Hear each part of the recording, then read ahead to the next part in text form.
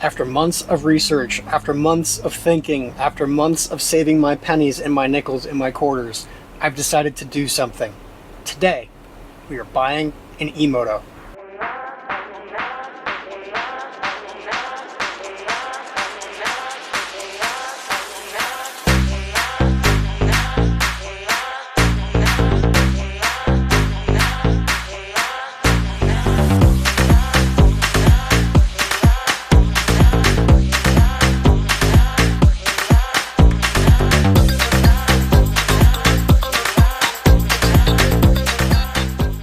I initially found this brand when I was out at the AIM Expo in Vegas earlier this year in 2024. It's a brand called Rawrr. They are making what a lot of people are calling the Surron killer. It's not the fastest bike, it's not the most powerful bike, but it is one of the cheapest e-motos. And that's really what sold me on it, is the fact that I can get one for $3,000. I kept looking at used Surrons, used Talarias, new Surrons, new Talarias. I'm like, I don't want to spend that much money, because I could just go buy a dirt bike, and I have dirt bikes. Do I need to spend the money to get something different that I already have? But because this is the Mantis X that I'm getting, it's slightly smaller. It's actually about the size of a CRF 150 or a KLX 140. This is one step above a pit bike, and it can go 50 miles per hour, full suspension, awesome little chassis, and again, $3,000. Today, we're doing the unboxing, we're gonna take a look at it, and we're gonna have some fun with it. Stay tuned. These are the guys that are making it happen. Houston Motorsports. Dealt with them a lot in the past. Good guys. Let's go check out the bike. I'm starting to work with these guys at Houston Motorsports because of one thing, really. They care about their customers. I've been following them on social media for well over a year. They're doing really cool things. They're actually even giving away free vehicles to their customers on a monthly basis. This is awesome. So instead of partnering with a manufacturer like Kawasaki or CF Moto, if I can partner with a dealership, that allows me to get more access to different types of vehicles and provide unbiased feedback for you guys so that you can know what to expect when you get a new vehicle. Cool is that? It's on the box. Check that out. It's a 72-volt battery system. That means it has a bigger battery than a Surron and a Talaria from the factory. Super, super cool.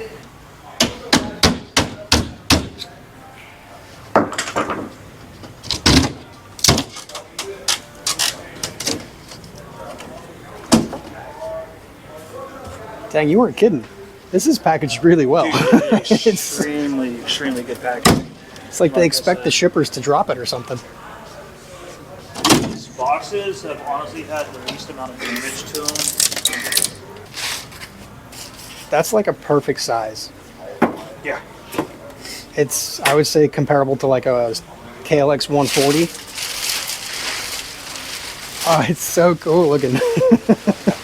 It's so cool. I'm so excited to ride this. Something that I liked about this versus the Surrons was like, this is more of a dirt bike style seat. Yeah, so the original Mantis came with, I don't know if you saw the original seat that it came with a weird hump on it. Yeah. As a rider, that was probably one of the worst features they could have put on.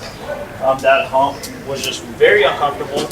It made you think that you were supposed to sit in front of it, how you're naturally just comfortably sitting in. Where you sat on that seat, if you sat in front of the hump, you were a little too over the bike. If you sat right past the hump, pretty much you would put in sport mode and hit that throttle, and that front end would be so light that it would just come up instantly. Where you wanted to sit was right on top of the hump, which kind of was just a little goofy. So that was one of the things on the first couple bikes that we sold, because one of them, he ended up doing like a full-fledged, like, crazy build on it.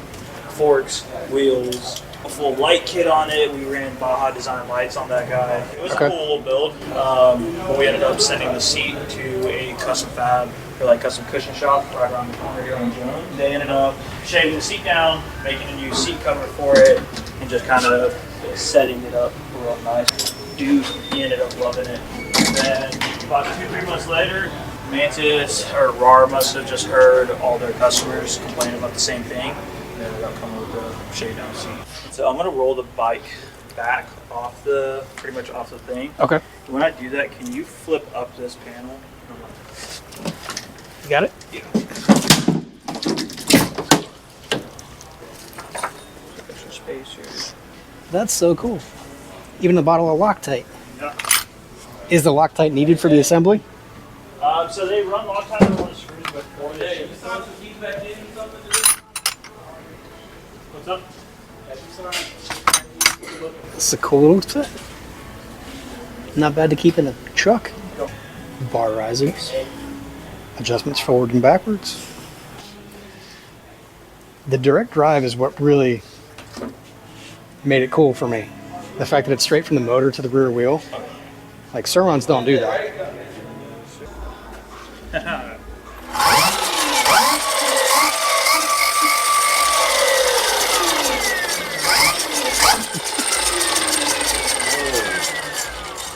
That thing hit 34 in a heartbeat.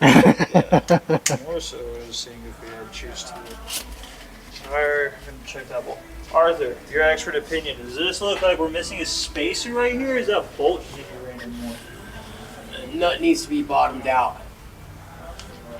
It's nowhere near.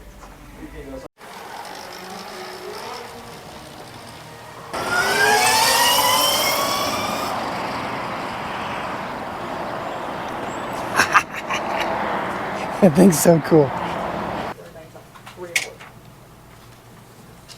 So we've got the Rawrr Mantis X loaded in the van, finally got it built. The guys at Houston Motorsports did a great job. A little bit of an issue from the factory with the bolt and the rear suspension, but the guys got it fixed pretty quickly. Awesome help for that.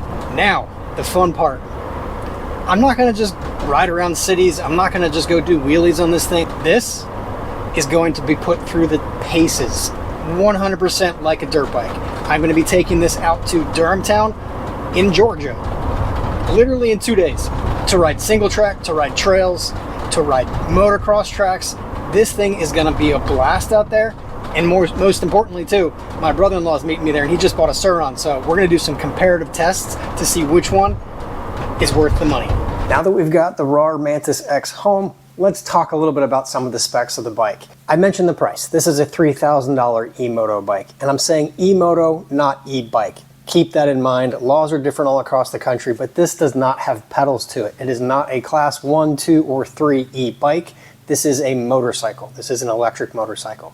Keep that in mind. In total, this bike is just over 6 feet long. It weighs about 140 pounds. It has a weight capacity for a rider of 220 pounds, so that's most adults. I'm only about 150 pounds, which means I'm right in the sweet spot of this rider. The seat height is 32 inches, perfect size for me. This is bigger than a pit bike, bigger than a mini bike, but not as big as my full-size dirt bikes. This is one of the very few e-motos you can get that comes factory with the 72 volt battery system. 72 volts is an upgrade for a lot of the Surrons. It has a 6,500 watt motor, so it's not super powerful, but again, this is the smaller version. They have a bigger version, still 72 volt, but a more powerful motor. I don't really care about that because it still goes 50 miles per hour, which is awesome for this little bike. There is a 62 mile range in eco mode. Now there are 3 separate modes: eco, sport, and race. There is no regen on this motor, so when you put it into sport and race, that range is gonna drop pretty substantially. It's gonna give you more pickup and more power, but it's gonna mean you can't go as far. We're gonna test the range this weekend and see how far we can go on the battery in sport and race mode, just for curiosity's sake. There is a listed charge time of 4 to 6 hours to get to 100%. When I picked up the bike last night, it was about 50%. I charged it this morning, bringing it up to 100%, and it only took about an hour and a half.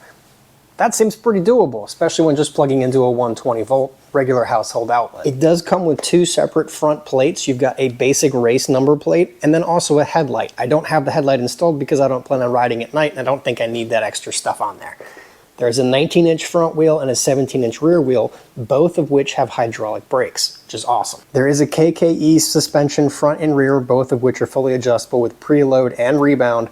However, these forks do seem fairly soft. I cranked up the preload on both the fork and the rear suspension, and it does drop quite a bit when I sit on it, so I don't know that I can accurately set the sag for my weight. Again, only 150 pounds. So chances are if I take this to the motocross track like I plan to, I'm gonna wanna upgrade those springs, potentially some valving. I don't know that much about the KKE yet, but I hear it's a very common thing for people to upgrade on Surrons and Talarias. So that's good to know that there are upgrade options out there. Something that really drew me into the Rawrr brand versus others, the fact that there's not any type of additional connections. It's direct to motor with a chain drive.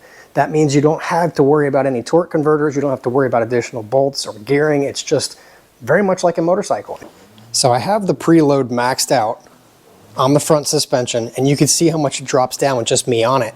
There still is plenty of travel on the bike, but it feels really soft. And I don't just mean soft like plush, I mean springy. I think because of my experience with motocross, I'm gonna wanna change out these forks at some point soon, but again, we'll see how they do when we're out there riding on the tracks and trails.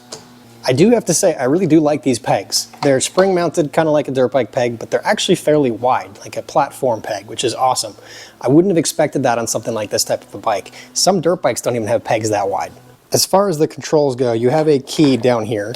Turn the key, powers up the whole system. You've got a fairly easy to read gauge here. You have high beam and low beam when you have the headlight hooked up. You do have a horn, speedometer, easy to read battery meter, odometer, and then it tells you which mode you're in, which you can change by hitting the red button here. So you've got sport, and you've got race, and you've got eco. I just learned I didn't actually have maxed out. It just gets harder to turn as you compress the spring down to adjust the preload. So I'm kind of bouncing up and down on the bike, allowing it to decompress the spring, and it allows for it to turn even further in. So I've got some more adjustment here than I thought. I mentioned this toolkit when we did the unboxing because it's got a lot of stuff in here. You've got box wrenches, you've got screwdrivers, you've got Allen keys, Torx wrenches, even the Loctite, and also additional bar risers. But one thing it was missing was I went to adjust the preload and I needed the spanner wrench. So I happen to have one from one of my old street bikes in a toolkit. I'm just gonna throw this in here as well, but this is a useful tool. If you don't have one, you can technically use a screwdriver and kind of just hit it with a hammer, but I don't think that's the cleanest way. This is one of the best bets you can do. Again, a huge shout out to Matt from Houston Motorsports. This should be an awesome new toy and an awesome new addition to the riding fleet.